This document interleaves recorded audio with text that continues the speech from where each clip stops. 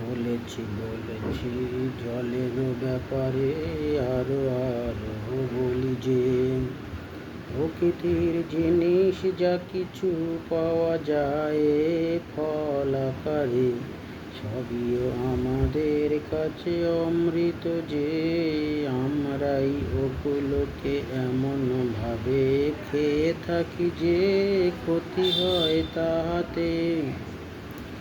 মাছ মাংসের ক্ষতি তো বলেছি, যেমন সংরক্ষণে ওগুলো বিষ হয়ে যায় যে তেমনি ফলমূলেও আজকাল সবাই বিষ ছড়াচ্ছে যে। যারা যারা চাষি আছো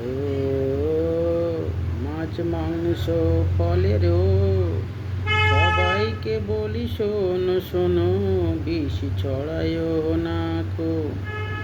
তোমরা তোমাদের ফলে বিষ দাও, ভেবো না তোমরা বেঁচে যাও। তোমরা আলাদা করে ঘরে ফল খেলে ওরে ওরে সব তো নিতে পারিবে না।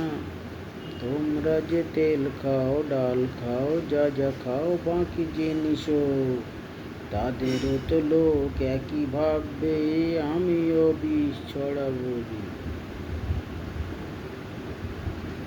এই হচ্ছে তো সমস্যা মানুষের ভিতরে, তা বোঝার উপায়ও নেই যে এমন ভাবে আমরা শোষিত রে। আমরা ভগবানের দোষ দেই কিছু হলে, আমরাই যদি অশুদ্ধ শরীরে ঢোকাই যে শরীরের ভগবান কি করে সহ্য করিবে বলো বলো বলো। ছোটবেলা হতে সহ্য ক্ষমতা যতদিন থাকে ভগবান সহ্য করে। এক সময় দেখে যে এ তো শুধরালো না যে তখনই তো হাল ছেড়ে দেয় ভগবান রে। চেষ্টা সব সময় তো করে প্রভু যে আমরাই বুঝতে পারি না তো সে।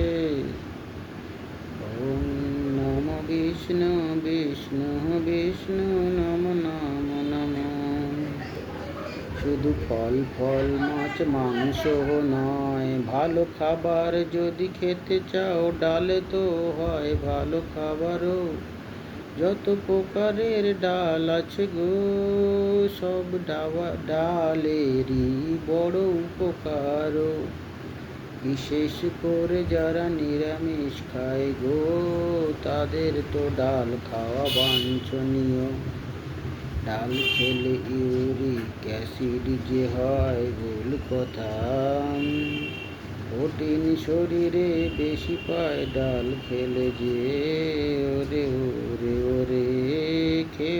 খেও না সব ভুলভাল দেখাবে সব ভালো খাও না।